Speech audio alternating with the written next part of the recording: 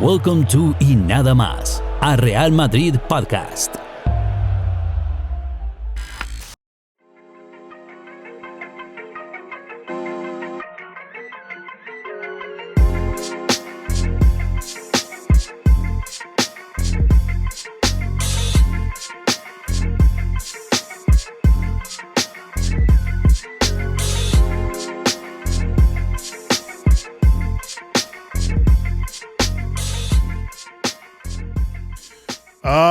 All right. Welcome to Y Nada Más, Real Madrid podcast. I am your host, Eric Rivera, and it is good to be back on the podcast after, I think it's been about 2 weeks.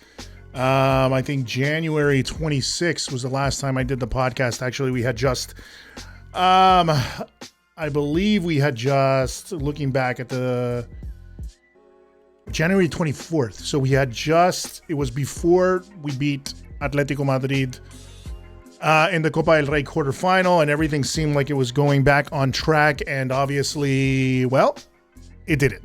But with that said, I mean, I think there's a lot more things to talk about than what's going on there. I mean, there's a ton of different things, a ton of different things that are being talked about now outside of just football.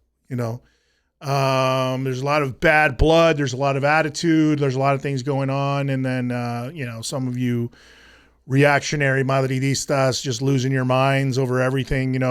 People are already saying that Barcelona is going to be the champion when there's something like 18 games left in the season. Yeah, sure, I guess the stats say that Real Madrid has never come back from an 8-point deficit. But this is a strange time right now. This is a strange, I'm always trying to be the positive one here, but it's a strange time. I think Barcelona, with this La Liga season, I mean, there's teams that are doing well. There's teams that are crashing. Then they seem like they're doing well. They're not playing all that great sometimes, and they still are able to grind out wins. We play okay sometimes, we can grind out wins, then sometimes we have to come back from behind, then we have to do, and I think it's a strange La Liga season because a lot of teams are, I think Real Madrid and Barcelona are underperforming, although Barcelona obviously is doing much better than a lot of people expected them to do, and obviously now they're 8 points clear. Real Madrid is definitely underperforming.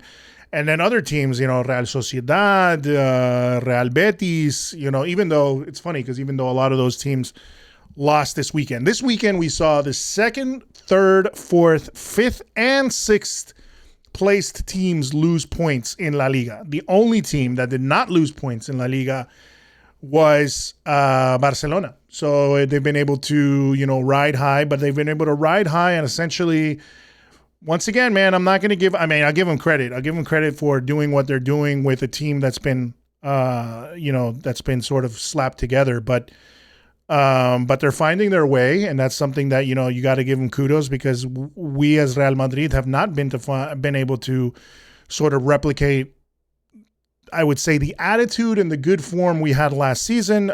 We haven't been able to do it this season. Is it more of the same, or is it that how would somebody had put it as the second season woes for Ancelotti again? After having a phenomenal first season, the first time he was around, it was during his second season where he started, not doing as well, which eventually got him sacked. And then you also had him. Now you have him doing great during the first the first season that he was back for Real Madrid, and not having a great season this second time. And now there's a lot of narratives or things being said about, who knows where this stuff is being leaked from, but I have my ideas, which is, basically Real Madrid. Sometimes I don't agree with the way we things the board does. I'll say that I think Florentino is a great president for the club when it comes from a business perspective. And I will never hate him for that, and I'll never slander him for that like some other Madridistas do, because I believe some of you think that you could run a club better than this man can, besides the fact that he's a billionaire and a guy who has been running the club and multiple time. We've already run multiple titles under him. And he's essentially been able to keep this club out of, suffering financially when other clubs around the world are suffering financially. And, our rivals are suffering financially. Sometimes what it is that when you're, I had this whole thing where I was thinking about it, and it's just like, sometimes I think it's difficult for people to differentiate, their fan view of things as looking at from a sporting perspective, and then looking at the end of the day, it's a business too, and it needs to be run as a business. If this isn't FIFA, this isn't EA Sports FIFA, this is not Pro Evolution Soccer or whatever games you're playing. It's not Football Manager. It's not something that you can just come in and you have spend all the money you want and buy the best players in the world, and you can spend all the money and then there's not going to be any repercussions. That's just not the way the real world works. And as much money as these guys have, or Real Madrid says they have, I mean, I don't know, man. A lot of you guys, it's like you're insiders and the books and what's on the books and what they owe, what the overheads are, essentially, what the costs of everything of operating a club like this are, and then how they can manage to bring in, players or whatnot. I think in a way there are things that I agree with people. I think there are shortcomings definitely in this club that need to be fixed. I am angry. I'm just as well. I wouldn't say I'm just as angry as some of you, because some of you lose your minds completely when you're thinking about Madrid. But I agree. There's things I need. The fullback situation needs to be fixed. Definitely, we need another striker, a backup striker, or two backup strikers if it's possible. We need an out-and-out right winger. Definitely we need to start. And we're seeing it a little bit more now, but we need to start phasing out. And as much as it pains me, the likes of Kroos and the likes of Modric are really going to be there to sort of usher in a new midfield. I don't think we have a very creative midfielder like with the likes of Modric or Kroos or Isco back in his day, before he left and has been in complete shadow of himself.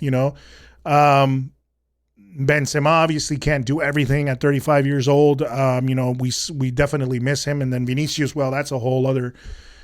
Opening up a whole other bag there with all the things that are going on around him. So, there's a lot of stuff that needs to be worked on. And obviously the board, I think, they're not blind to it. They just choose to be blind to it. They're doing that in front of the cameras or behind the cameras or however you want to say it. They're doing it away. They're very silent in the way they operate, and we don't know exactly what it is they're planning or why they're operating the way they are operating.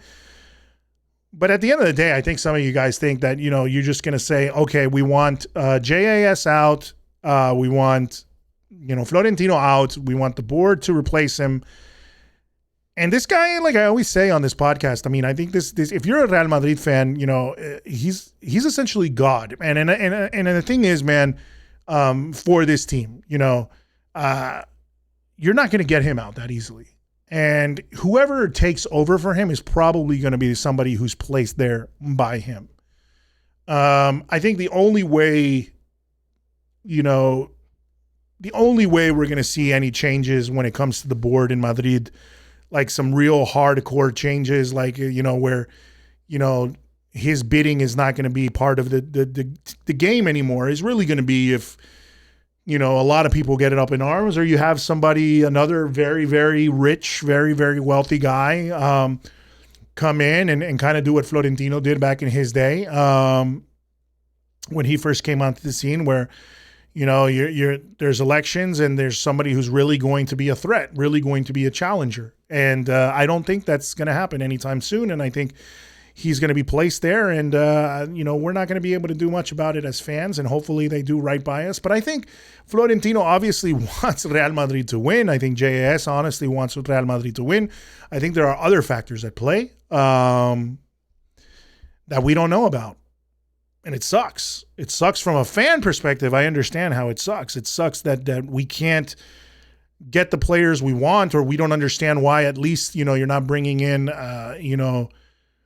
you're not bringing in players to sort of serve as a backup, even if they're cheaper players that can players that can just serve that as a backup. Why are we not playing the players from Castilla? Why is this not happening? Why, let's say if I don't the whole deal with Cancelo. I mean, these are the things that the reports that the media has of Cancelo supposedly wanting to come to Real Madrid, of Vlahovic apparently from Juve wanting to come to Real Madrid, and then them kind of shutting it down or pushing it aside. And I think it's ultimately because, is Florentino really putting everything in one basket, all the eggs in one basket, and trying to go for Mbappe again? Is that like really some gigantic project that he's really trying to work and trying to get this kid over here?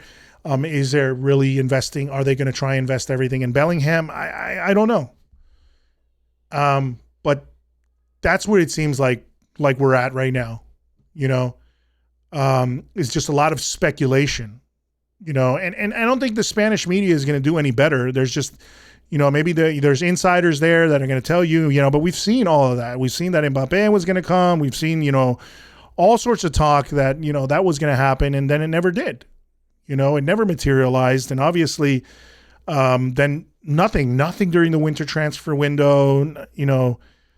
They're very happy with what they have. And I would say, if everyone is healthy, this team can definitely could essentially, for me, if this team was completely healthy, every single piece of this team was completely healthy and did not get injured, and I definitely think they could make a run for La Liga, and they would have made a run for La Liga since the beginning.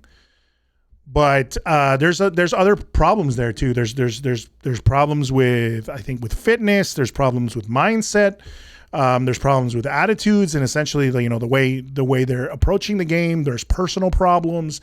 There's this whole thing with Vini, and there's a lot of stuff going on, I think, around the scenes. And then you have aging players. So, in a perfect world, if everyone was healthy and running on all cylinders, I think this team makes for another La Liga run and defends their title. But that's just not the reality of the situation.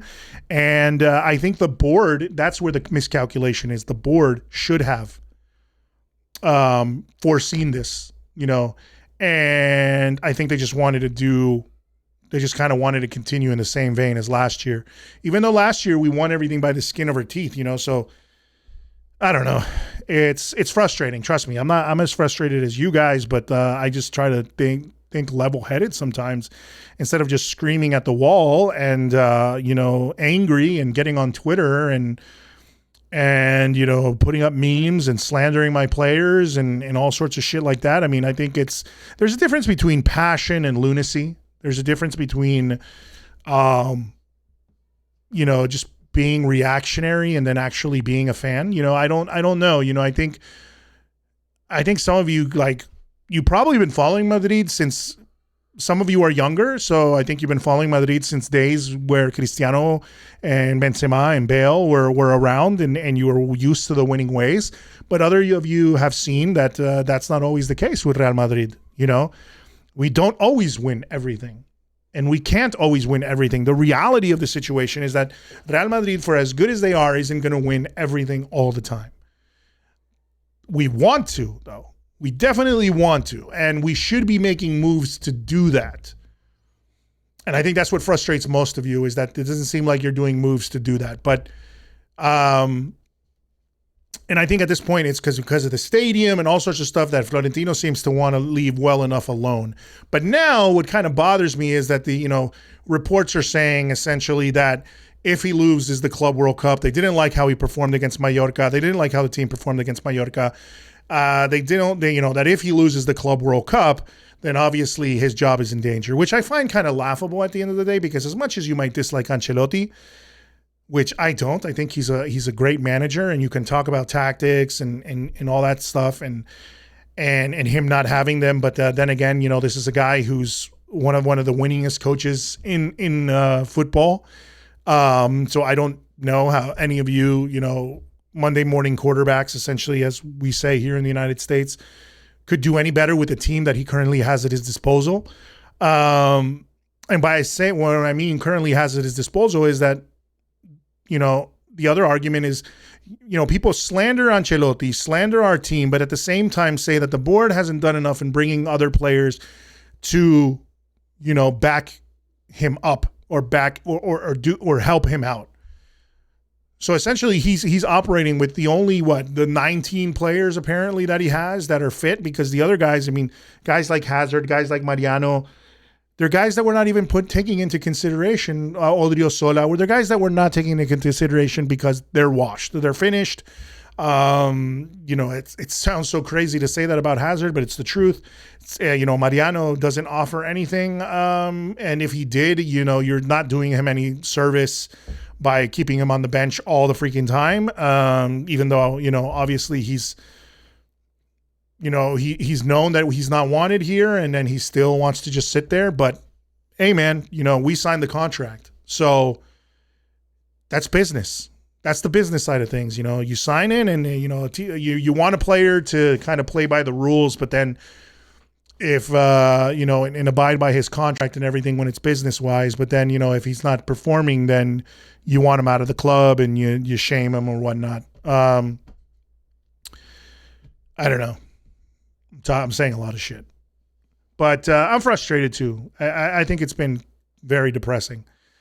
With that said, listen, guys, subscribe to the audio version of the podcast on Apple Podcasts, Google Podcasts, and wherever you find your favorite podcasts, such as Stitcher, TuneIn, iHeartRadio app, the iHeartRadio app, everywhere you can find Inamas podcast. You can also find, if you're listening to us, you can also find the YouTube version of our podcast. And do us a huge favor, hit the subscribe button if you are on YouTube. Subscribe to our podcast if you have a YouTube account and you're listening right now. You can go check out the video version. We're trying to get to the 1,000 subscribers, so please help us out and do that. Help us out getting up there and continuing to rise up the ranks. Listen, I haven't done a podcast. I promised myself I was going to do a podcast pretty much every single week in 2023. And it's, it just, my job gets in the way, but I'm going to continue. I don't want it to fall the wayside and be gone for a month or 2 or 3 weeks or whatever. So I'm going to make sure that doesn't happen as much as I can, because I'm going to be doing a lot of traveling soon for work, and hopefully I can still shoot and do stuff while I am away. But with that said, my job is to continue doing this. I have a passion for this. You should follow your passions. You got to have discipline. You got to make sure you continue doing. If you guys want to do, anybody wants to do anything in life, they got to continue, they got to be disciplined and do it whether they want to or not, even though I'm like super fucking tired right now and didn't sleep last night. I think it all has to do with the fact that I've just been thinking nonstop about everything that's going on with Real Madrid and everything that's going on with Vinicius. Listen, man, I don't like to make things political, but I just fucking hate racism, and I hate this whole narrative that they've created around this poor kid. And people want to say he's deserving of it because, he's provoking, and then what is provoking, and all these fucking blowhards in the Spanish media, which drive me nuts, like El Chiringuito and all these pieces of shit over there, making a whole narrative out of this kid that is completely unwarranted, And the Spanish Federation doing nothing when it comes to kicking and all this kind of crap. And listen, I don't like it. I'll talk about that in a second. So anyway, follow us on Inamas Podcast on Twitter, at Inamas Podcast on Facebook, also at YNM Podcast on Instagram. You can follow us at Inamas Podcast, obviously, on YouTube. Make sure you hit the subscribe button there when you're on YouTube. And then you can also check us out on the web at inamas.net. That's where you can find all the articles from Trombach, and I'm going to have them on the podcast soon. I actually have wanted to do something with them. And then the other thing is, shout out to my good friend who I've been speaking to recently, Tales of the Blanco. He's been putting up some videos on YouTube, guys. Go support the guy. Check him out. He's out there, I believe, in Azerbaijan, so shout out to him. And he's been doing some good stuff, and I actually want to bring him at one point on the podcast too, and if we can work out the schedules, because I'm here on the East Coast of the United States and it's super late for them over there, but I am going to bring people on. And what I'm going to do, and then the other thing, he gave me a great idea, is I think hopefully Let's see. I think I'm going to try to do it. When is our next game? So our next game, our weekend game. So the game against Osasuna, Saturday, February 18th. I'm going to try to do the first watch along. So I'll do like basically a live. Hopefully I'll get joined by somebody from either Halal or Trombach or Tales of the Blanco and have them on while we watch the game, and then you guys can sit there in the chat and, spout off or whatever. So I'm going to do a live watch along, and hopefully that'll be something cool we can do. That'll be Saturday, February 18th at 3 p.m. That's when I'm planning most likely to do that. But we'll see what happens. But anyway, I want to do one, obviously, like I said, during the game. And then we have, I don't know. We have Wednesday. We have this week. We have the Club World Cup. Anyway, I'll figure it out. But I want to do a watch along. And if you guys think that's a good idea, well, let me know. But that's kind of how I want to start bringing more people to the podcast. Anyway, with that said, listen. Since the last time I did the podcast, listen, Real Madrid beat Atlético 3-1, and no justification. Listen, man, the whole thing that happened around that thing was crazy. There's no justification for racism. I mean, I'm going to talk about it on this podcast, and if it gets long because I start ranting about it, just know that that's just how I feel. I've always felt that way. That's been my mindset since I was a kid. I have absolutely just no tolerance for it. I grew up all over the world. I've grown up all over, all in different countries, man. I've had friends from all walks of life. I've had friends that were from Africa, like Ethiopian, essentially Korean, Indian. I've had friends that are from every walk of life, every religion, and it absolutely just blows my mind that people are so fucking ignorant that they just judge people on the color of their skin, and it blows my mind that it happens in professional sports too. But I'm not surprised sometimes when the media in Spain just likes to foment stuff, and there's a lot of stuff I've seen in Spanish politics. In Spain as a whole, that and it's not just Spain though. I'm not generalizing all Spanish people, because I know that it's not true as well. But you see, an uptick in racism all over, Europe as well. Whether it's Italy or Spain, and the Eastern European countries, you see a lot of it too. Even in the UK, the United States, we see it, and it's something that has to be stamped out. But what I don't believe in is not trying to actually address the problem and kind of brushing it under the rug, which is what I feel Spain does. I feel Italy does it, and they just kind of they turn a blind eye and they say, no, we're not racist. You're getting us all wrong. There's no racism. And it's kind of like when a bunch of Americans say that racism is dead in America when it's clearly not, Anyway, Real Madrid defeats Atlético Madrid, and I was so happy for that, because I, absolutely hate this team now. Atlético Madrid, there's just like, they got, doing Heil Hitler salutes and Frente, or whatever you call them, the ultras there, hanging the doll of Vinicius from a bridge. Listen, man, it's just disgusting, and it has no place in football. And Atlético Madrid should do a better job in addressing that fact and getting those ultras out of the stadium. Banning them the same way Florentino did, the same way Barcelona did. They got rid of the ultras. Get them out of there, man. Those people have no place. I don't care. That's not passion. Once again, I say it's lunacy. Those people are lunatics.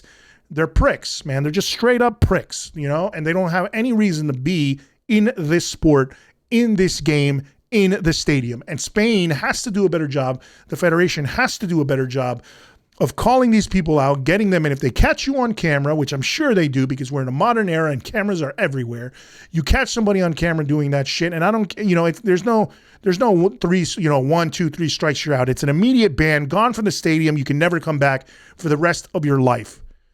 Or make it a period if you don't want to be that drastic. But there's just absolutely no justification for racism. There's no quarter for racists. I will give no quarter to racists. I am glad Vinny dumped on them after he scored. I am, in that 3-1. I am glad he basically, if, they said he called out the stands, and he wasn't even calling out the stands, but that's the Spanish media for you, the narrative that they try to say, that he was pointing at the fans, the away fans, when the away fans were in the stands behind him. So, but either way, I'm glad he scored on them, and that team, it doesn't matter. I mean, they have good players on that team that probably have nothing to do with this business, but the team as a whole and the fan base, not the team as a whole, I'm sorry, the team, The management of the team needs to address it, and they need to get rid of those people. But listen, I'll get into more of a racism chat later because, I'm just heated about, like I said, about the narrative that many people in the Spanish press have built around Vinny and how it's somehow his fault that all of this is happening. For me, locally, racism is a disease that it needs to be stamped out and never tolerated. And Spaniards like to pussyfoot around this issue and act like it's not a problem. Not generalizing all Spaniards. And part of me wants to actually stop watching La Liga sometimes, and I was reading some tweets today about, and just hope that they completely sink because they're already not doing as well currently, but there's other things going on there, obviously, that are causing that. But sometimes I even though I'm a Real Madrid fan, it's almost like I want them to completely sink. Hopefully not Real Madrid though, because just fuck the Spanish media and fuck el chiringuito, and like Mo said, I'll speak if I speak, But today I'm going to speak, man. Listen, and anyway, back to so we beat Atlético Madrid in the Copa del Rey. We're in the Copa del Rey. We're going to face Barcelona. Hopefully, we don't. Show our ass against Barcelona and get reamed again. But we'll see what happens because the attitude of this team has not been good lately. Aside from everything that's going on, the attitude of the team has not been good lately. They look tired. They look burnt out. There's no relevo. There's no there's no substitutes that you can. There's no rotation that can possibly happen. Apparently, in this team, we have Benzema out due to injury. We have. Mendy out due to injury, now Courtois. So, we're dealing with a lot of stuff and really no one to really back up those guys except one of our best prospects in the midfield now having to play as a left back, which he's doing so because he's a freaking beast. He's absolutely amazing. And I'm talking of none other than Camavinga. So, anyway, listen, back to Real Sociedad. Listen, then we tied the game against Real Sociedad. And this was where it was kind of funny to me because I actually thought the team played well and we were just unlucky against what is a solid Real Sociedad team. They're a team that is currently sitting in third place. They've been playing some very good football under Imanol Alguacil. And, they're not an easy team to beat in the last few years. I mean, especially this season, they've been playing very well. We had 20 shots total, 7 were of them on target, but, Ramiro in goal was, actually having an amazing day. And some of those days, there's some of those games where, the ball simply doesn't go in. And so this is where like the amount of vitriol and hatred that I saw come out after this Real Sociedad game, when we didn't lose, we dropped points, obviously, but it was against the third place team, which was actually playing very well. And this is where I really sometimes question some people's Madridismo because criticism is valid, but outright slander for the club that you supposedly love is weird to me because I understand that you're angry for dropping points and that Barcelona continues to lead. But some of you, I honestly think, man, I watch some people, I read some people on Twitter, and I swear, man, it is Twitter though. It's a rotting cesspool of weirdness, but it's like where humanity goes to just misbehave. But some of you need to go outside, take a breath of fresh air. Maybe you guys got to get a girl. Maybe somebody needs to touch your pee-pee because, you guys are way too have way too much angst. You need to meditate, pray to whatever God you believe in, and maybe get a hobby or two because you're taking this shit way too serious sometimes. Some of you guys are like, slandering supposedly the club that you love and hating on everybody and everything. And I ask myself, is Real Madrid all you do? Is watching Real Madrid football and the only thing you do in your life? Do you guys not have jobs? Do you guys not go to sleep? Do you guys not do anything other than watch Real Madrid football? That it is in your mind every waking moment of the day, and so much so that it infuriates you to the degree where you seem like you're going to smash the computer and, have time to meme and just be what it seems like being on Twitter all day. Anyway, I'll get into that, slandering Madridistas. But anyway, it's some of you guys are dorks. And I really kind of love that word still. I think it's never going to go out of style. But some of you are dorks, and I honestly, just question. Because like I said, criticism is fine. Criticism and criticizing the club doesn't make you any less of a Madridista. But I think like hating on a lot of these players, I mean, and I'm going to get into it a little bit later, but I feel like athletes, players for a club, yes, they play football and we're passionate about it. And I think in any sport, you're passionate about the athletes, but I don't think they owe you anything. I don't think they owe you as fans anything. Sometimes they do it out of the goodness of their hearts. There's those really good players that just love the crest and love the team and will do anything to please the fan base. And those are some players. And then there are other players that play because they get a big check at the end of the day. But, those players are sometimes hated, but hey, it's a business, baby, Anyway, Real Madrid, next game, Real Madrid then beats Valencia. And, well, you know what? It's crazy. Whether or not Valencia, I know that they hate us, but it's kind of hard to believe, but I've always had kind of a soft spot for Valencia, and it's just kind of crazy to see how bad that team has become under this asshat that they have, which is Peter Lim, who's their owner, and how just the guy has no care for that team, And I don't say this because you have to be a Valencia fan, but it would be like Real Madrid getting an owner that doesn't give a shit about Real Madrid, and then essentially driving the really just trying to make money from the club, but then driving the club into the ground, and maybe he doesn't care whether they win titles or not, but it's kind of just a constant churn of money for him.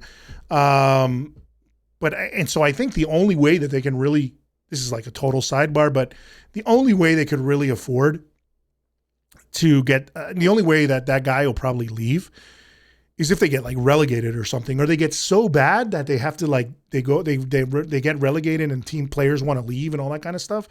And no one wants to play for that team anymore. And, essentially there's a whole riot in Valencia, and, that's the only way I see it happening. They're going to hit rock bottom before it gets better, because this guy is the virus. This guy is terrible.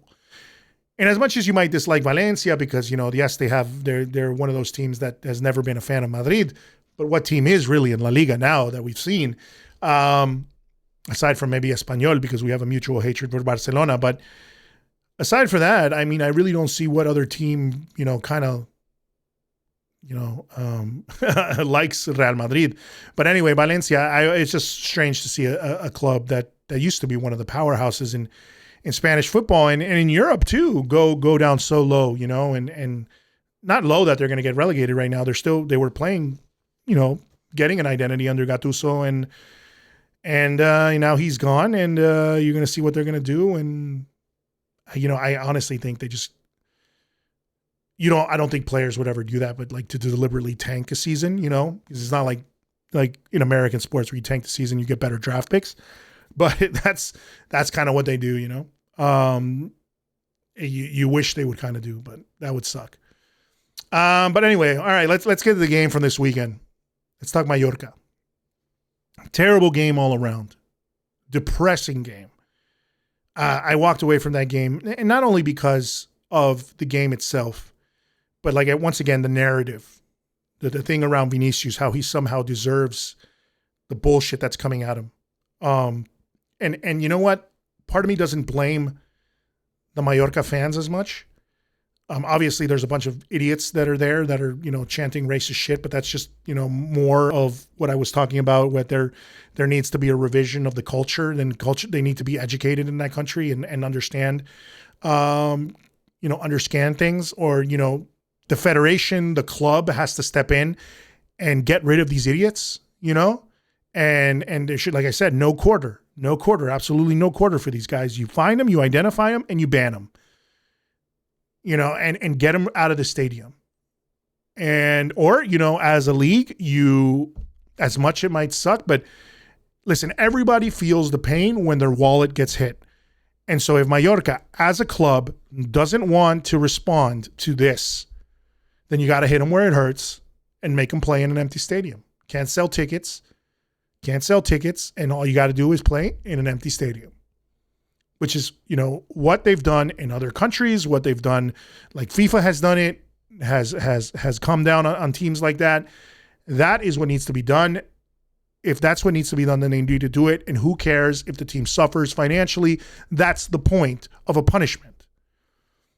But going back to the football, Anyway, there are a few teams I hate in La Liga. Barcelona, because they're just, our eternal rivals. Atletico, because I think they're racist scumbags. Sevilla, because Cristobal Soria from El Chiringuito can eat a dick. And now Mallorca. I feel like someone needs to remind Maffeo and Raillo, or however you pronounce his name, but who cares anyway, because he's in 10th, that they are in 10th place. Congratulations on beating Real Madrid once in your miserable lives. Look, I'm not going to defend our play in this game because we were terrible all around. We lacked attitude. Vinicius let them get in his head. But Hernandez also let them, kick Vinny Jr. with impunity consistently throughout the entire game. And it just made me miss, and when I say that we lacked attitude, the team also lacks personality in these situations. Now, when you're in these heated games, it's like if Hernandez wants to, is going to be so permissive, right, in allowing fouls to happen, then, that is when you needed guys like Sergio Ramos. I really long for those days, when we had Fernando Hierro, Michel Salgado, Pepe, Sergio Ramos, Casemiro, etc., which some of those guys are obviously a longer time ago, and some of those guys are a little bit more recent for you guys.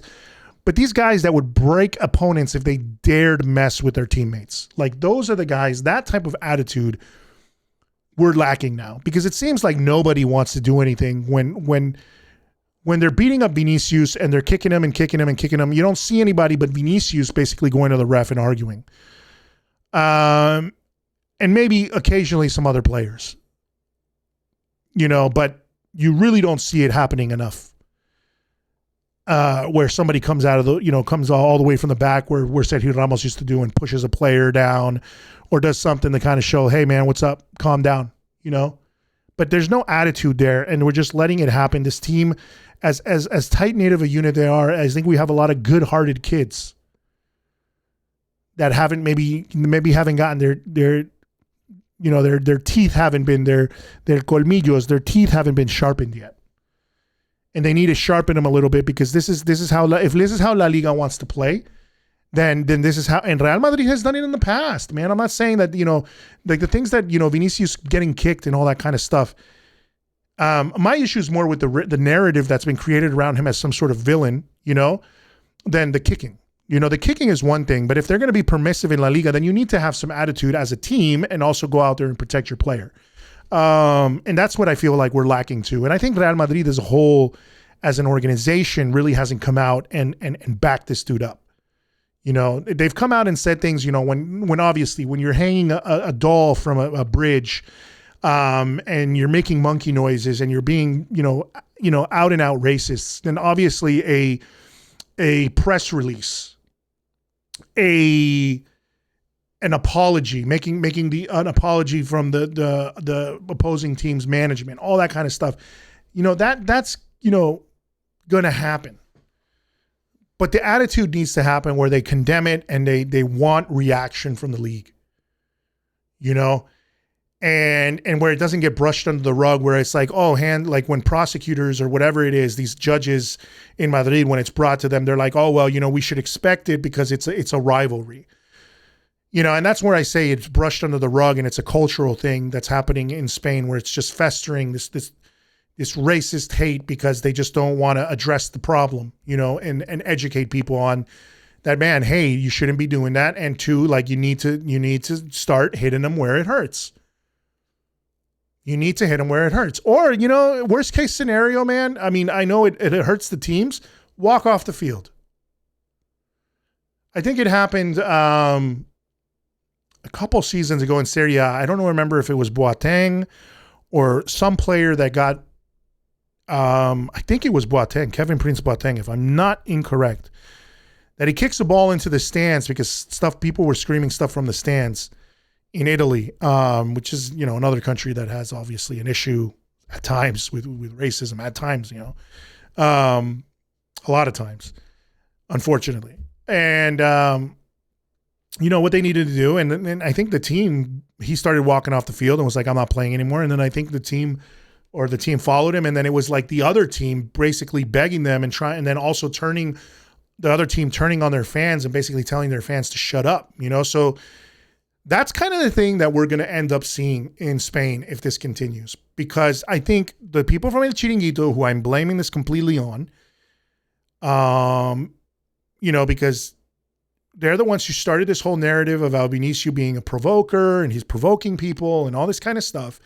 They are the ones that continue on this narrative and painting him as some sort of villain, But anyway, man, it's but the game against Mallorca, man, Asensio missing that penalty. I don't know why Carlo Ancelotti didn't let Rodrigo take it. He said it was because he missed the penalty in the World Cup, but then you put it against Asensio, who I guess you could be said he's facing his old team. It's Mallorca. They're also going to be pressuring him too. I think Rodrigo would be the more level-headed one in that situation to take it. Maybe he wanted Asensio to be the guy who scored. Who knows, man, because of his, background in Mallorca and being there essentially. But bad call, terrible, terrible kick, I think, watching it again in slow motion, obviously it's a little bit easier to tell, but, professional goalkeepers are professional goalkeepers. They're there for a reason. It seemed like you could read that from a mile away where he was going to kick it. So, he takes forever to take the step up, and then finally when he kicks it, what's his name, Brajkovic or whatever, the goalkeeper from Mallorca stops it, and it seemed like an easy save because it was a terrible penalty. And that was the only shot we had on goal. And then aside from that, the only goal that was scored in the entire game is an own goal. Because nobody steps up. I forgot the name of the player. I think it's Danny Rodriguez or something like that. But nobody steps up.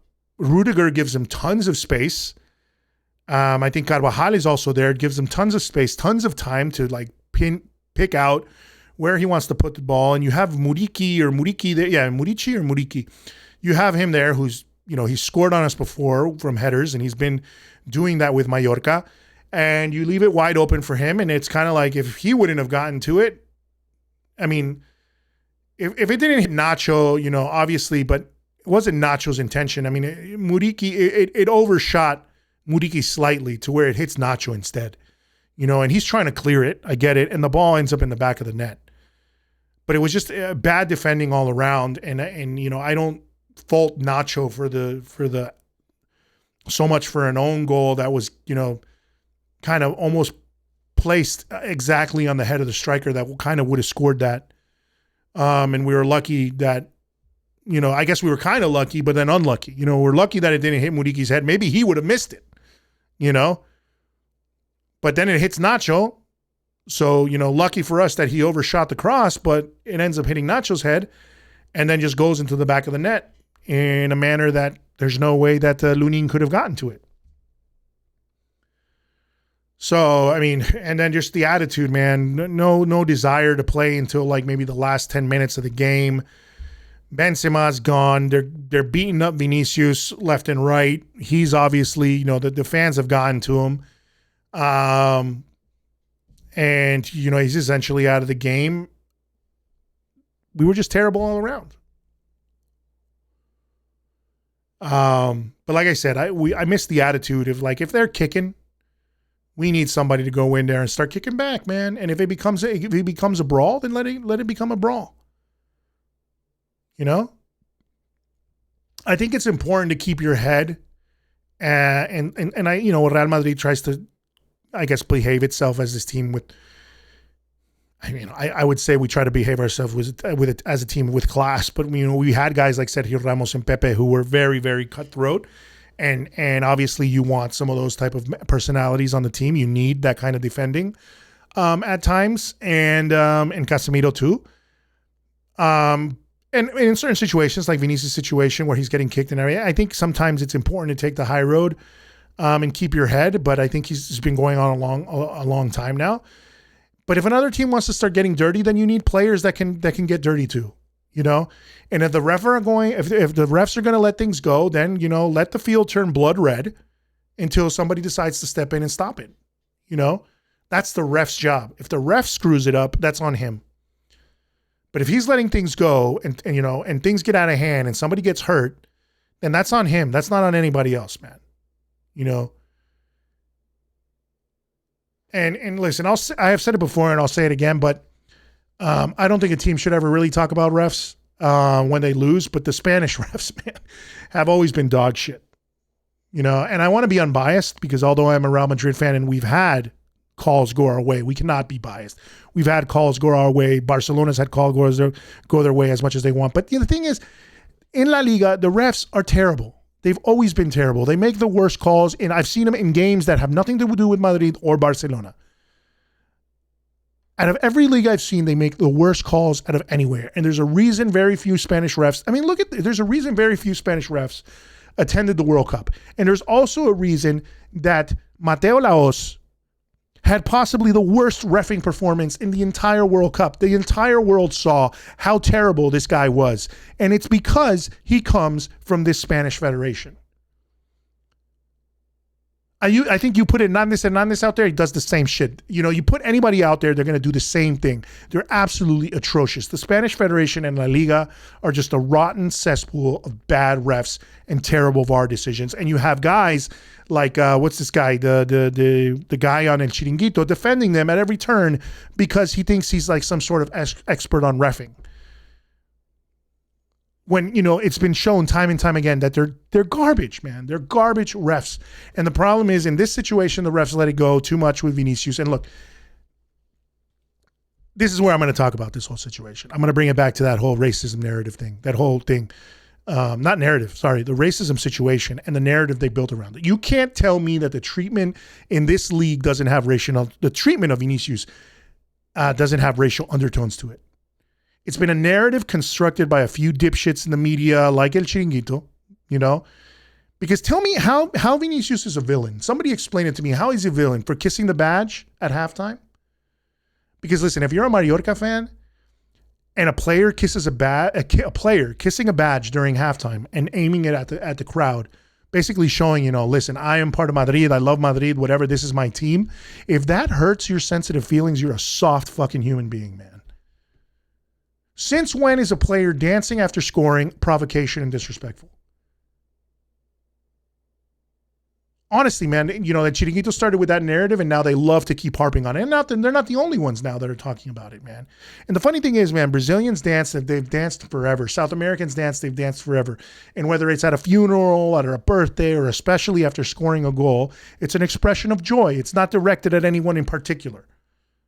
You're going to tell me that Vinicius' so-called provocation is new to football? Like he's doing that? This is new? That like this thing of him like kissing the badge, like a player kissing the badge is a new thing? That him dancing in the corner flag is a new thing? Like that's something that no other player has done? How is this man a villain? I don't understand how people are calling this guy a villain and this narrative continues.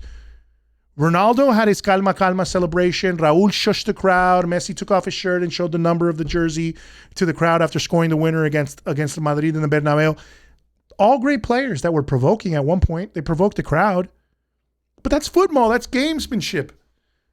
And that's in any sport. You have guys doing touchdown dances and hyping up the crowd and all that kind of stuff. And, I don't see Vinicius flicking off the crowd, man. The only thing, it happens in every sport. The winner celebrates and the loser, you got to take it.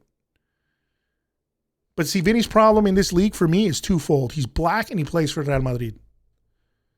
And that's not to say, obviously you're going to come and tell me, because there's other black players in Real Madrid, Camavinga, and, these guys, and they don't have. Dude, because they're not out there. They're not the main attackers. They're not the main focal point of Real Madrid. He is one of our best players. The other team knows that he's one of our best players.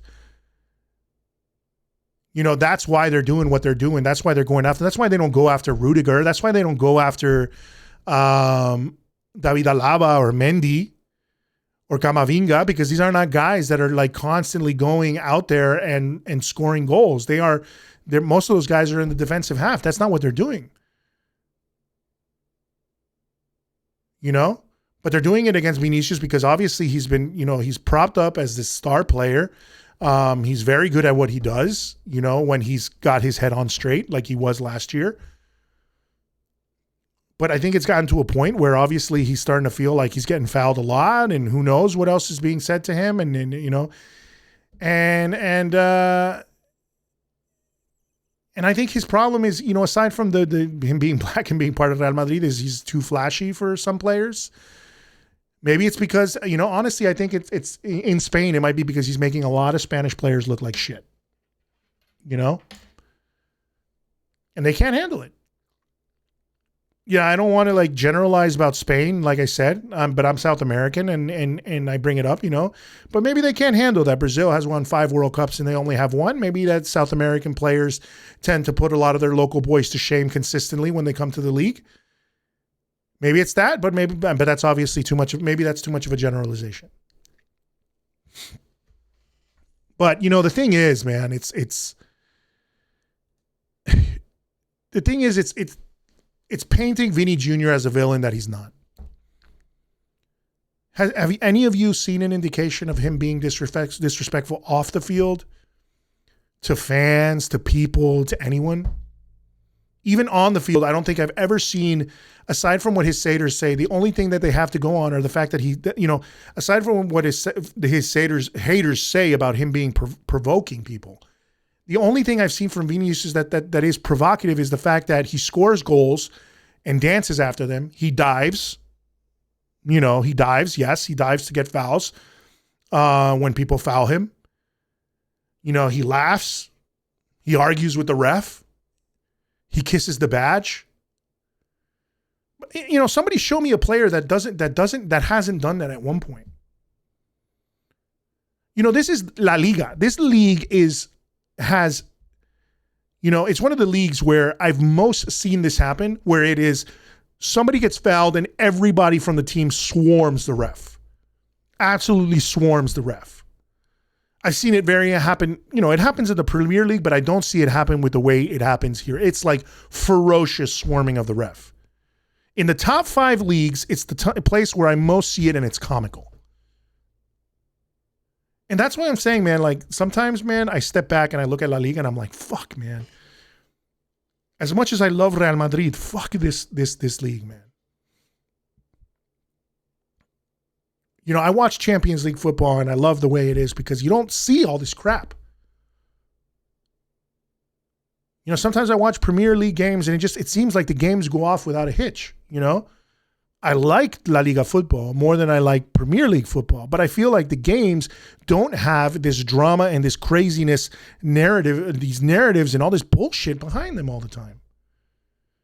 Maybe back in the day when there were hooligans and there were ultras and, you know, whatever you want to call them, and they were in there and they were causing problems and they were causing a ruckus, you know, and yes, there is racism. And listen, there's racism in every single top 5 league. Everywhere. But, you know, one of the things, I don't know if I want to bring his name up, but he was a guy I was talking to on Twitter. Maybe I won't bring his name up. But anyway, he's basically talking about how like no leagues are free of racism. You know, essentially he was just talking about I'm trying to look here. What? Yeah, but anyway, he was just talking about how essentially, you know, the leagues, I mean, he was talking about how, you know, sometimes he just doesn't like watching La Liga for certain reasons. And then I just, you know, that there's not enough being done against racism in La Liga. And I kind of said, you know, that I'm tired of just the occasional press release, the occasional, you know, apology. But then like, you know, sort of the rest of the league turning a blind eye and just sweeping it all under the rug.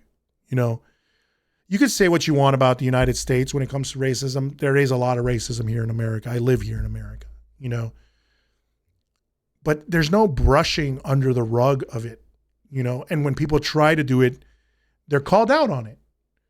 It's called out, you know, it's brought to the forefront. The whole kneeling for the national anthem, the kneeling that they do against racism in the UK, that all started with Colin Kaepernick. I mean, it started with that, you know, and it started because, you know, it was about racial injustice, and then, you know, people on the right want to turn it into being, you know, against patriotism against being against the flag, against the national anthem, when that's not how it started, and it was actually given, the idea was given to him by a Green Beret, which is essentially a high, not a high ranking, but essentially a very, very essentially like special forces, like a guy who's seen combat, who's been in battle, and saying, maybe the best way for you to respectfully protest, what you feel are racial injustices in America is to kneel during the national anthem. To kneel. Since when is kneeling disrespectful, man? Kneeling. A lot of places, like in religion, we kneel to show respect, we kneel to show basically like submission, It's not like he gave the flag a finger or like grabbed his crotch during the anthem. He kneeled, one knee on the ground, man. And they want to turn it into something crazy. And listen, I'm probably more left than right, but it's insane to me because, there's a lot of things on the left that are too crazy for me too. But I'm just saying, like, it's crazy to me that was the narrative that was brought up. But the thing I'm saying is that at least in America, we try. And I see that in the UK, they try. They bring the races. They try to bring this whole. They've had situations, obviously, with during the Euro Cup, after losing the Euro Cup, where they were bad mouthing. What was it, Saka and Jadon Sancho and Marcus Rashford? 3 players that have been absolutely, I think, phenomenal. Definitely guys like Saka and Rashford. And Jadon Sancho, he had an amazing time at Dortmund, hasn't had it as much at Manchester United, but they're playing for their home country, man. And you're going to badmouth them because they, and the thing is, you don't badmouth them because they didn't, so to add insult to injury, if you want to criticize, and that's the thing I have against this whole thing with Vinicius, is like, if you want to criticize him because you don't like the way he plays, go ahead and do that. That's banter. That's fine. Oh, you Vinicius, you suck. Sing it. He's terrible, whatever. They did it to Ronaldo for years. They did it to players like Messi for years. They'll hack them and they'll do that, and refs will protect, those players, but we're not seeing that with Vinicius. We're not seeing him be protected, except for when Paulista almost tried to take his leg out the other day, which is crazy to me because he's Brazilian too. But and maybe it was because he had already gotten past him and he scored on Paulista and the guy was frustrated. I don't know. But he lost his mind in that game. But it's just crazy, man. Like this bullshit. And like I said, going back to the UK, like at least they try, man. They're trying to stamp it out. You screw up in the league, you do that shit, and they're going to find you and they're going to fine you or they're going to kick you out of the stadium, and they're trying to ban people, man. Like, stop bringing that shit to games, man. No one has to endure that thing. If you dislike somebody's playing ability or you think they're doing bad, even if sometimes it's your own players, then say it. But I don't understand why when your only argument starts going into talking about the color of their skin, then you're no longer talking about football anymore. You're bringing in racism. Now you are being a racist and you are being a fucking dick. And you deserve, like I said, no quarter. No apologies good enough, nothing. You're done. You're out of the stadium for an extended period of time unless you learn your lesson or whatever, man. And you come back with your tail between your legs and maybe, but it's something that needs to be stamped out completely. And it's just not. It's not happening in La Liga or in Italian football. You've seen it with guys like Lukaku, like I brought up the whole idea with Kevin Prince Boateng. I've seen it before in other things in La Liga. And in La Liga too, when Eto'o played for Mallorca, he was getting, when Samuel Eto'o played for Mallorca, he was getting all sorts of things being said to him in one game. And it's crazy, man. Like, that people just get like that. So now it's the tables have turned. When he played for Mallorca, that was what happening. I don't know if it was when he played for Mallorca or if when he played for Barcelona, but either way it happened. And it's the same thing. It just was Spain more than 10 years ago. And the shit keeps on happening. So it's not, it's not something that it's being completely brushed under the rug. And then you have a player responding and what's going to end up happening. And this is what's going to end up happening. Either someone's really going to hurt this kid, Vinny, or he's going to lash out. Which part of me? Dude, if he lashes out and decks somebody, fine, take the red card, dude. And then get out of that fucking league. Honestly, guys, as a Real Madrid fan, the way I'm seeing this going is that Vinicius is going to pick up and leave because there is going to be, with the amount of money that's happening right now well, we'll see what happens with Manchester City, but with the amount of money being floated around in the Premier League right now, somebody come to Vinicius with a big offer and say, listen, man, we're going to guarantee you that we're going to back you. We're going to support you. No one's gonna chant. No one's gonna say shit to you. No one's gonna make monkey noises or whatever. In the media, we're not gonna, create some crazy witch hunt against you. And we're gonna protect you, man. We're gonna back you 100%. Come and play for Chelsea. Come and play for Newcastle. Come and play for Manchester United. Come and play for, like I said, Manchester City. We'll have to see what happens. But come and play for Arsenal. And honestly, man, I wouldn't be surprised if the guy takes it. Gives a big middle finger to La Liga.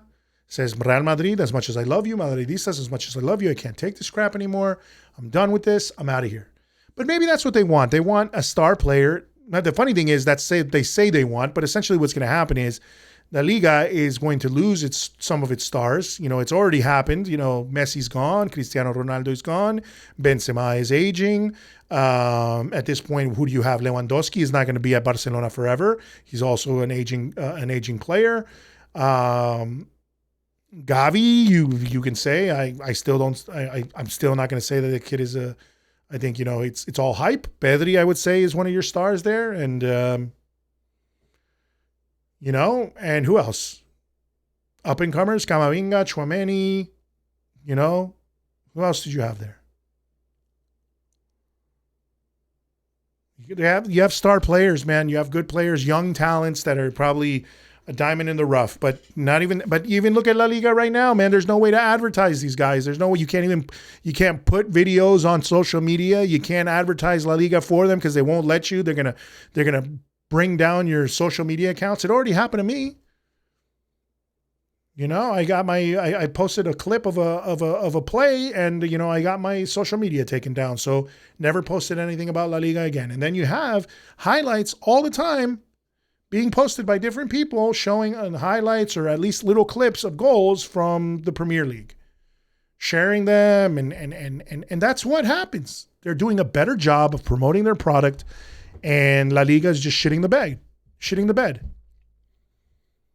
And at this point, with this whole thing that they've built around Vinicius, man, and these idiots that you have on the TV there in Spain, this terrible Spanish media, which, and the only ones that I think you can actually listen to are most of the guys that I listen to from Spain are guys that are on YouTube. They do a better job of covering the sport and being less, or at least, you follow the ones that you like and you don't follow the ones that you don't like. And you leave basically the circus to the clowns, like El Chiringuito and other Movistar and DAZN or whatever, all these things that all these things that they just they want to promote some sort of narrative. Although I saw some commentators from DAZN actually saying some, talking about racism and trying to bring light to it. But, it seems like it's all because they have to go through.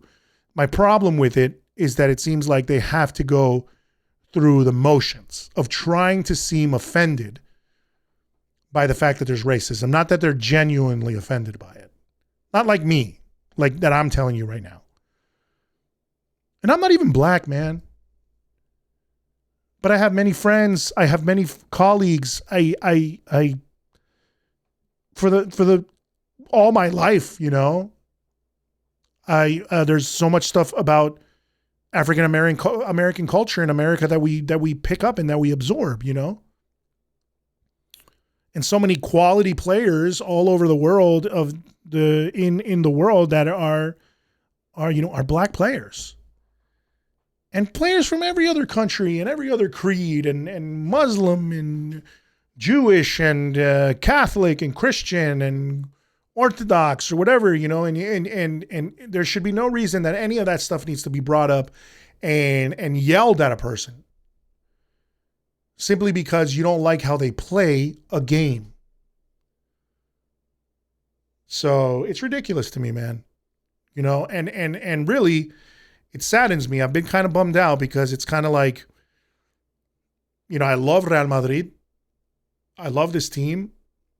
I'm going to support this team, but I don't particularly like the league that they play in. And even if they were winning, if this was if this was happening to Vinicius and they were winning the league, you'd still be worried about it. Like, why isn't it stopping? Why are you not stopping it? And the things is it happened to Neymar too. It happened to Neymar, and Neymar ended up leaving Barcelona, but it happened to Neymar too. But it was, you could tell that the chance against Neymar, while it happened to him, none of it is justified. But the stuff happening to him getting kicked and all that stuff and him diving, he's still a super talented player. That's the reason. And I've grown to respect Neymar so much more as time has gone on, because you're like, wow, the things that he still is able to do, that he's able to do continuously. And he's still an exciting player and was always an exciting player, but he still kind of has that same mentality as Vinicius that I like, is that he'll get kicked and he'll get up and he'll get kicked and he'll get up and he'll get kicked and get up and continue to do that and continue running at people and doing what he wants to do. But, and I just saw something today, on Twitter about PSG and the ultras of PSG being against Neymar and how he doesn't say hi to them and all this kind of stuff, or how he's disrespectful to the fucking ultras, man. Man, I think people don't understand that these people don't owe a shit. Players don't owe you anything. No players owe you anything. They play ball, we watch, and we pay a lot, and we pay a lot of money to watch them do it. But they don't owe us anything. Their loyalty is to the team, but it's also because they're getting a check. And as much as you want players that don't want to just think about money is a reason that they are at clubs, at big clubs too. They want to get paid, but they also want to play for the biggest and best clubs. But they want to play for the biggest and best clubs. Why? Because it's a hand in hand. It's a business deal. It's a business meaning, essentially. I'm going to make your club big by helping you win titles, and you're going to make my name big because I am going to do it at one of the biggest clubs in the world, like Real Madrid. And, rivalries aside, like Barcelona, like Juventus, like Manchester United, like Manchester City, like Arsenal, all these teams at one time or the other, they've been solid teams, whether they're going through bad times now, but they've been solid teams, and they were the upper echelons of teams. AC Milan, all these teams. You want to play there, you want to go there because you want to make a name for yourself, but you also want to earn money. But they also want to win trophies, and they want to win money, and they'll probably get money off of t-shirt sales and all stuff. It's a business deal. It is a relationship that these guys build. And the fans, we enjoy it. And you could say, oh, well, if without the fans, there would be no football. But yeah, without the top, without these players, there would be no football either.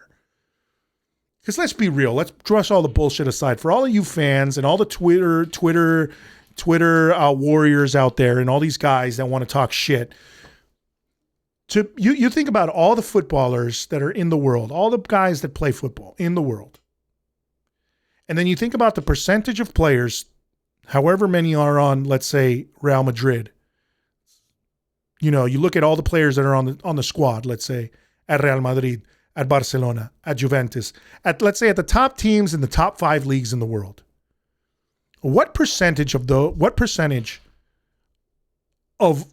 the global population of world footballers, professional footballers, mind you, what percentage are in the upper echelon, in the top teams, no, let's make it like this. What percentage are starters for the top teams, let's say the top 3 teams in the top 5 leagues in Europe, or at the top 5 leagues in the world, let's say, which happen to be in Europe?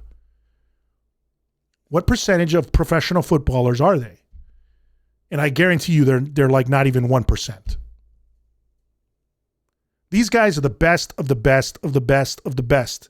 That's the reason people pay to see them. That's the reason we pay to see them. You know, they don't owe you, but we don't owe them. We're passionate about the sport, you know, but we don't owe them and they don't owe us, you know. They play the game because they love it, and we love that they love it, and we want them to win. And the thing is, the reality of the situation is you have all these teams going up against each other, top teams going up against each other. Once again, I'm talking to you, the Madridista. Listen, man, as much as you want them to win everything, they're not going to win everything, because just like Real Madrid is one of the best teams in the world, there are other teams that are just as good, and some days and some nights and some months and some years better than Real Madrid, and they win a game. They win a game, and then for you to lose your head over it and slander players and call them shit and get racial with them, which is crazy. I mean, I don't know if there's any guy, but I've seen it before. I think there's Madridistas that are racist and will go off on a rant on black players when they play badly for Real Madrid. You can't tell me that doesn't happen. That happens. It 100% happens, and it happens for every other team. But those guys are fucks. You know, I don't care about you guys. I don't give a shit about making you guys happy, and I don't care if Vinicius makes you happy or Camavinga makes you happy or Alaba makes you happy. I don't care. Because you're only going to celebrate them when they score and it benefits you, but you're not going to celebrate them for just being people, you know? And I think what's happening is this: we get lost in the fact that these are just people playing a game. They're not robots. They're human beings, man. They have personal problems. They have all sorts of shit going on in their lives for, you know, the peanut gallery to be throwing shit at them simply because they had a bad day at work. No one goes into your job and kicks you and then, you know, calls you names and calls your mother a whore because you didn't, you know, turn your spreadsheet in on time at work. But they do it. Seems like you justify that you can do it to these guys simply because they win a shitload of money. It's the same thing that we have with like celebrities and all this stuff. That because people are rich, then you're entitled, or rich or successful, you're entitled to be a dick to them. And they just have to take it. Oh, well, if you didn't want to be famous, if you didn't want to be, you know, shit on and talked about, you shouldn't have been famous. You know? Nah, dude, you're just a prick. Because they deserve every bit as much as respect as you do in your regular everyday life. They're just regular people too, man. Anyway, man, I'm going off on crazy tangents, but that's my shit, man. That's my stuff. That's what I'm going on about today. That's my rant. If you like it, you love it. If I lost fans, whatever, man. I like to talk about, you know, football, and I love football, and I hate seeing it and this kid is a 22-year-old kid, Vinicius, man. You know? He's a 22-year-old kid. And it sickens me that the Spanish media is building this entire narrative around him. Yes, I know that Neymar was kicked and Real Madrid players and Real Madrid fans celebrated it. Yes, I know that Messi was kicked. And why was he kicked? Because he's a talented player. Neymar, because he's a talented player. And defenders got so besides themselves trying to figure out what to do that they kicked the dudes. But there is another level to what is happening to Vinicius. It is being upped a level, and it's being added to the fire by the Spanish press and calling him a provoker when he's doing nothing to provoke other than playing the fucking sport. That is my rant. I hope it was understandable. I hope it was, I don't know. I hope it was coherent. But anyway, it just bothers me, man. It's like, come on, man. Can we, as human fucking beings, can we be better people than this? And can the Spanish league, get their shit together? And I know, I said a lot of generalizations about Spanish people. It's not, like I said, I keep on saying it's not all of Spain, obviously. But what it is that at a management level in a lot of these places, it is being done in a way where it makes it seem like it's just all being brushed under the rug. And like this guy on Twitter I was talking to on Twitter was saying, I mean, at least they're trying to do stuff and there is progress, but we need to see more of it. And all these people that are on Vinicius' ass, man, they need to shut the fuck up. Sit yourself down, have a Coke, shut the fuck up, man. And that's it. And I hope Vini keeps on doing what he's doing and dancing and doing what he's doing and scoring goals for Real Madrid. And I hope he doesn't leave. But part of me wouldn't be surprised if he does, and God forbid if we do get Mbappe, what are they going to do? You really think Mbappe isn't a guy that's going to provoke people with the way he is? It's not like he's like a little sweet boy. He'll get in your face. I've seen him do it before already against Barcelona at times. Didn't he tell Jordi Alba that if he saw him on the street, he was going to kill him or something? He's going to have the same rough antics, man. He's black too. What are you going to do? You going to drive him out of the league too? Or is Real Madrid actually going to protect him? I don't know, man. It just bothers me, dude. As much as I love this club, some of the things that are happening are just so stupid, And all right, so beside all that, guys, follow us on Twitter. Follow Twitter, @Inadamas Podcast. That's mostly me on there. That @Inadamas Podcast on Facebook, @Inadamas Podcast on, what was it? On obviously on YouTube. Check us out there. Check out the podcast on iTunes or Google Podcasts, on Apple Podcasts, Stitcher, TuneIn, wherever you find your favorite podcast. But leave us a rating, leave us a comment on Apple Podcasts. It helps us rise up the ranks. But also, if you're listening to us right now and you don't watch the podcast on YouTube, check out the podcast on YouTube. And please hit that subscribe button and help us rise up the ranks up there too, man. Help us get up to the 1,000, the 1,000 fans that we want to have, the 1,000 subscribers that we want to have on YouTube. That's our goal. And with all that said, guys, a la Madrid, be nice to each other, man. Fucking respect each other, dude. It's just a goddamn game. Can you all relax a little bit? And then also to Florentino Perez and JAS, please buy some fucking players, man. Please. Because at the end of the day, it's not only on Ancelotti, it's on you guys too, the board. And I'm obviously saying, I'm talking to this like they're listening to me. But hopefully, one day these guys, I'm saying it to you guys, hopefully we can all, hope that these guys buy players and that these players need backup. It's not that they're bad. It's not that our players are bad. It's that they need backup. We need rotation. These players are shot. They've played a massive amount of games, and then there's no backup for them. There's nobody to rotate them. So we're just tiring them out, and they're going to be shot by the end of the season. God, we'll be 5th, 6th, out of the Champions League spots simply because. Our board didn't have the foresight to understand that just playing with what we have, although they're good, and I have hope for them, aren't good enough in the sense that they can't do everything by themselves because there are way too many games and you run the risk of all of them being injured or all of them being fatigued and you're not going to win anything. And then what you're going to do is you're going to fire the coach and give a crappy lineup, or a lineup essentially that is full of players that are injured, hurt, fatigued, jaded, and you're going to give them to another coach and you're going to try to have him make magic. That doesn't happen.